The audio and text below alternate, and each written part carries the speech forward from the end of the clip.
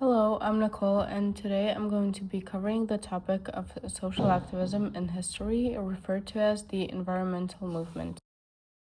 Specifically, I will explain what is the environmental movement, the main goals of environmental activism, the history behind the first Earth Day held on April 22nd, 1970, and the debate about whether nuclear energy is a good alternative to fossil fuels.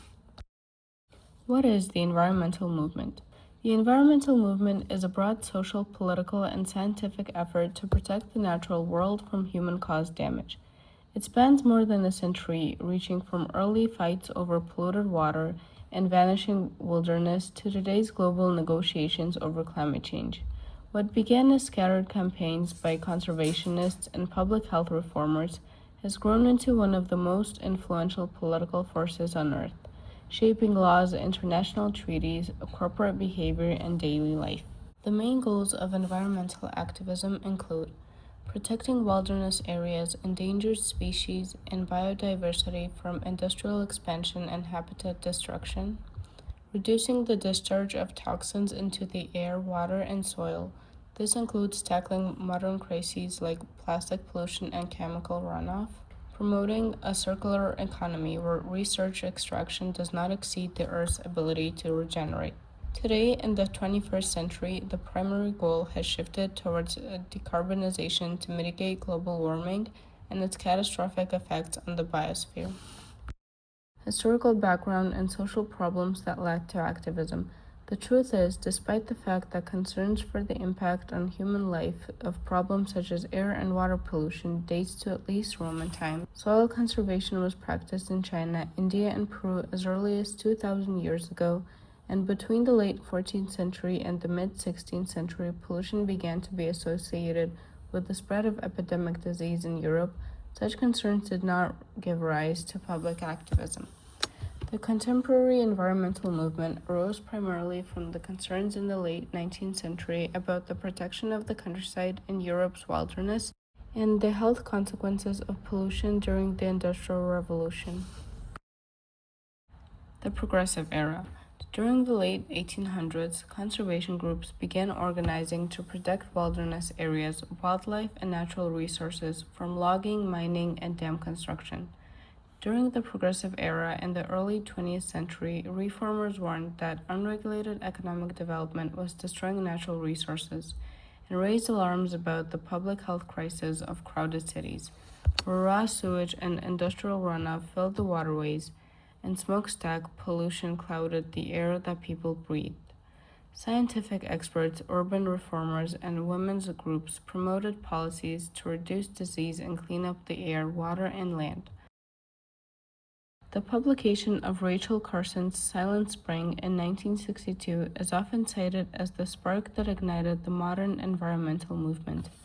Carson documented how DDT and other chemical pesticides were poisoning wildlife and threatening human health, and the book shocked middle-class readers into paying attention. Within a few years, environmental protection had moved from a niche concern to a mainstream political issue. Increasing numbers of women in Michigan and across the United States became active environmentalists to protect the safety of their children and the sanctity of their homes and neighborhoods from environmental threats.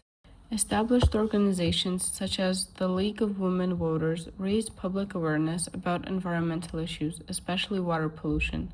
The majority of these women activists, however, banded together to form local groups around specific issues, such as hazards of industrial pesticides, radioactive fallout from nuclear testing, and overdevelopment of open spaces.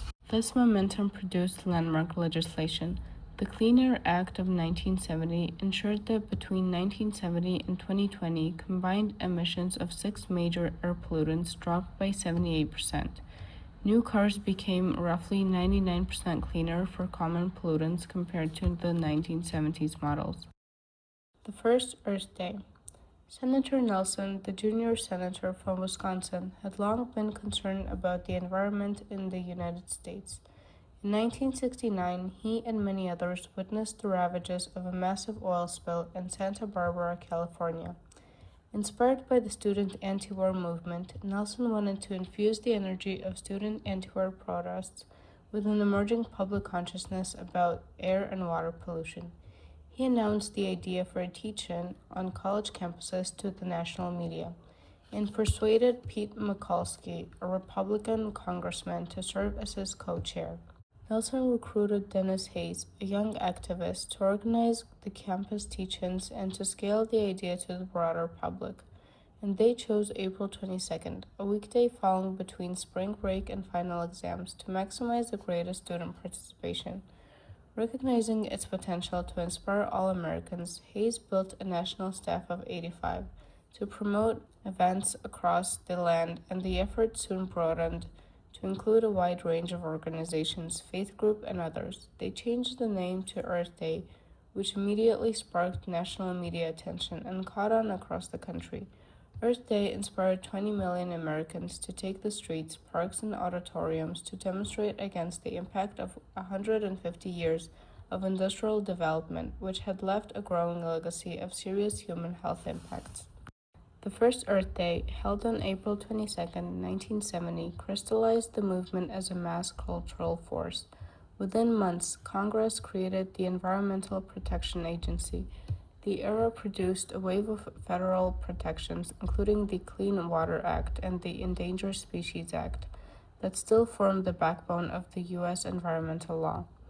Earth Day 1970 became and continues to be to this day the largest secular day of protest in the world. While Earth Day 1970, which was about cleaning up the mess we could see in our rivers and air, was a huge success in fighting smog and pesticides, as we moved into the late 20th century, a new challenge was emerging: the 1973 oil crisis. This shifted the focus to how we power our entire civilization. And this brings us to one of the most controversial topics in the movement's history: nuclear energy. Following disasters like the 3 Mile Island and later Chernobyl, activists protested against nuclear energy and nuclear weapons, featuring radiation and long-term environmental damage. This began the anti-nuclear movement of the 1970s. But is nuclear energy really as bad as it's made out to be? First, let's talk about natural resources in general. Natural resources are materials from Earth found in nature that can be used by humans for personal or economic gain, even their survival. They include water, minerals, forests, and fossil fuels, and they are widely used as energy sources. There are two types of energy sources: renewable and non-renewable. Fossil fuels such as coal, oil, and natural gas are finite, non-renewable natural resources. There are also renewable and non-renewable forms of alternative energies. These include renewable alternative resources such as solar, tidal wave, wind, biofuel, hydroelectric, and geothermal, and non-renewable nuclear power, considered an alternative but not a renewable energy source because it relies on uranium, a finite resource not easily replenished. Renewable energy sources such as hydroelectricity, wind, solar, geothermal, or biomass energy are also called green or clean energies because they generate energy with little pollution, unlike fossil fuels. Whether alternative energy can meet energy demands effectively enough to phase out the finite fossil fuels is hotly debated. Nuclear power plays a pivotal role in this debate. What is nuclear energy? Nuclear energy is a form of energy released from the nucleus, the core of atoms, made up of protons and neutrons. Nuclear power plants generate electricity by using these controlled nuclear fission chain reactions to heat water and produce steam that powers turbines. Nuclear is often labeled as clean energy because no greenhouse or air emissions are released from the power plant. It has the highest capacity factor of any power plant type, meaning nuclear power plants are producing maximum power more than 92% of the time during the year, which is nearly 2 times more than natural gas and coal units, and almost 3 times or more reliable than wind and solar plants. As the U.S. and other nations seek low-emission energy sources, nuclear power's benefits must be weighed against costs, operational risks, and challenges of storing fuel and managing radioactive waste. Now let's discuss the pros and cons of nuclear energy. The pros include it is a clean energy source. Nuclear power is the largest source of clean power in the United States. It generates nearly 775 billion kilowatt hours of electricity each year and produces nearly half of the nation's emissions free electricity. This avoids more than 471 million metric tons of carbon each year, which is the equivalent of removing 100 million cars off of the road. Next is its high reliability. Nuclear power plants are typically used more often because they require less maintenance and are designed to operate for longer stretches before refueling. Natural gas and coal capacity factors are generally lower due to routine maintenance and/or refueling at these facilities. Renewable plants are considered variable sources and are mostly limited by a lack of fuel, for example, wind, sun, or water. As a result, these plants need a backup power source, such as a large-scale storage, which is not currently available at grid scale, or they can be paired with a reliable baseload power like nuclear energy. Small land footprint. Nuclear plants produce a lot of electricity using very little land. A typical nuclear plant takes up about 1 square mile. In comparison, wind farms and solar plants need hundreds of times more space to generate the same amount of power. This makes nuclear energy more efficient in land use. Extreme energy density. A single tiny pellet of uranium, about the size of a pencil eraser, contains as much energy as a ton of coal or 149 gallons of oil. And lastly, long-term cost efficiency. Building a nuclear power plant is expensive, but once it starts running, the electricity it produces is cheap. Nuclear plants last for decades, usually between 40 to 60 years, because they do not require a constant fuel purchases like coal or gas plants. They become cost-effective over time. Because they do not require constant fuel purchases like coal or gas plants, they become cost-effective over time. Now let's talk about the disadvantages of nuclear energy. The first main con is public awareness. Commercial nuclear power is sometimes viewed by the general public as a dangerous or unstable process. This perception is often based on 3 global nuclear accidents, its false association with nuclear weapons, and how it is portrayed on popular television shows and films. Used fuel transportation, storage, and disposal. Many people view used fuel as a growing problem and are apprehensive about its transportation, storage, and disposal. The U.S. Department of Energy is responsible for the eventual disposal and associated transport of all used fuel, most of which is currently securely stored at more than 70 sites in 35 states. For the foreseeable future, this fuel can safely remain at these facilities until a permanent disposal solution is determined by the Congress. High cost and long build times. It takes about 10 to 15 years and billions of dollars to build a single nuclear plant. Many environmentalists argue that we could spend that money on solar and wind and get results much faster. Lastly, water usage. Nuclear plants need a lot of water for cooling.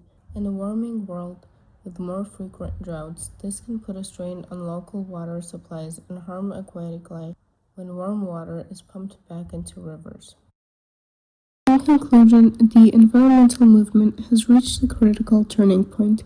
For decades, activists focused on the invisible killers of pesticides and radiation, but in 2026, our greatest threat is carbon dioxide. While concerns about nuclear safety are valid, we must weigh them against the certain catastrophe of a warming planet. Renewables like wind and solar are vital, but they are variable. They cannot yet power a global economy alone without massive battery storage. Nuclear energy provides the steady 24/7 baseload power needed to retire fossil fuels for good, producing massive energy on a tiny footprint with zero emissions. By embracing modern, safer nuclear designs, we aren't abandoning environmental values, we are evolving them. To protect the biodiversity that early activists fought for, we must choose the most effective path to a stable climate. The risk of climate inaction is now far greater than the managed risks of nuclear power. How activism influences change today. Today, activism works faster than ever because of the internet. It helps regular people put pressure on huge companies to stop using plastic or to switch to clean energy. Even if you aren't a politician, you can influence change by joining a protest, sharing information online, or choosing to buy from brands that don't hurt the planet. Modern activism acts like an alarm clock which keeps waking up world leaders who might want to ignore big problems like global warming, making sure they can't just pretend the issue isn't there. I think social activism is the most powerful tool we have to make the world better. Governments and big businesses often move very slowly, and they don't always do the right thing on their own. Activism is what pushes them to be better. Even if it feels small, to sign a petition or go to a march, those actions do add up. To me, activism is about having hope. It's the belief that things don't have to stay the way they are and that we have the power to fix the mistakes of the past. Thank you for listening.